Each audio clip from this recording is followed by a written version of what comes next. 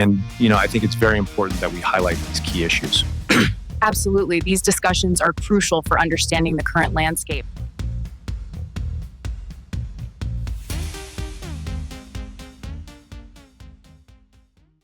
Projects that were paid for but never built. And that's just the tip of the iceberg when it comes to this massive corruption scandal rocking the Philippines right now. Today, we're diving deep into what's being called one of the biggest corruption scandals in Philippine history. What's really striking is the scale of this thing. We're talking about 673 completely non-existent flood control projects.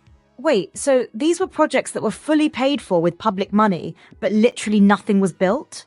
Exactly. According to Senate investigations, these ghost projects were spread across the country, with contractors and officials pocketing billions. And this isn't just about missing money, there are real consequences for people's lives, right? Absolutely.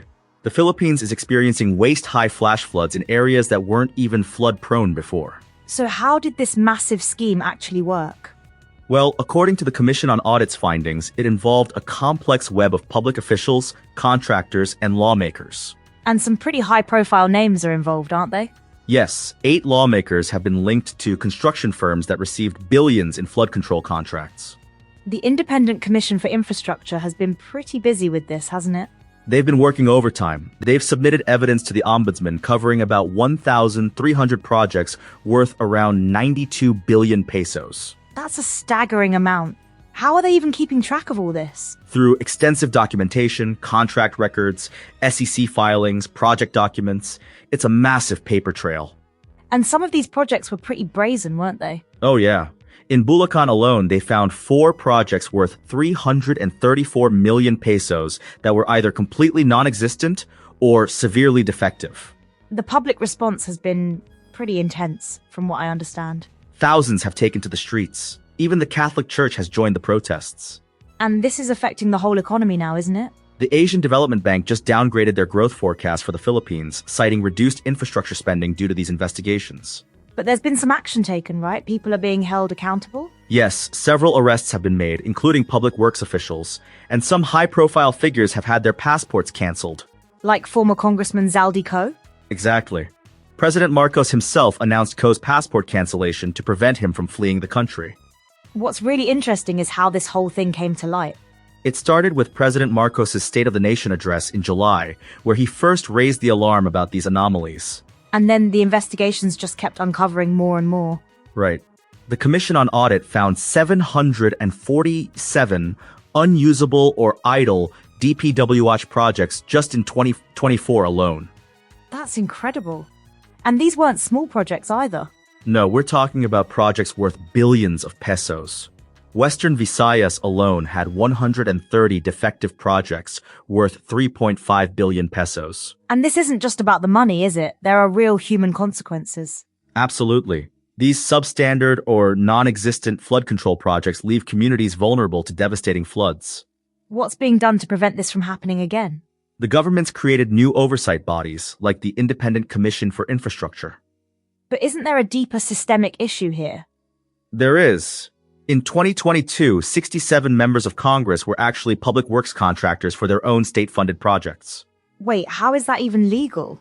It's not. It violates Article 6, Section 14 of the Constitution, which prohibits lawmakers from having financial interests in government contracts. And then there's the campaign finance angle. Right. Over 30 contractors were found to be illegal campaign donors to senators and representatives. So it's like a cycle of corruption. Exactly. Contractors fund campaigns, politicians win elections, then award contracts back to their donors. The public seems pretty fed up with all this. The protests have been massive. One protester's shirt said it all. No mercy for the greedy. And some are calling for pretty dramatic action, aren't they?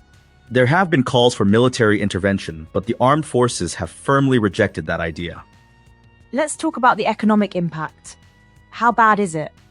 The ADB just cut their growth forecast for the Philippines, citing reduced infrastructure spending due to these investigations. But maybe that's a necessary price to pay for cleaning up the system? That's what many are saying. Short-term pain for long-term gain in terms of better governance. What happens next with all this? The Ombudsman is reviewing cases against multiple officials, and more arrests are expected.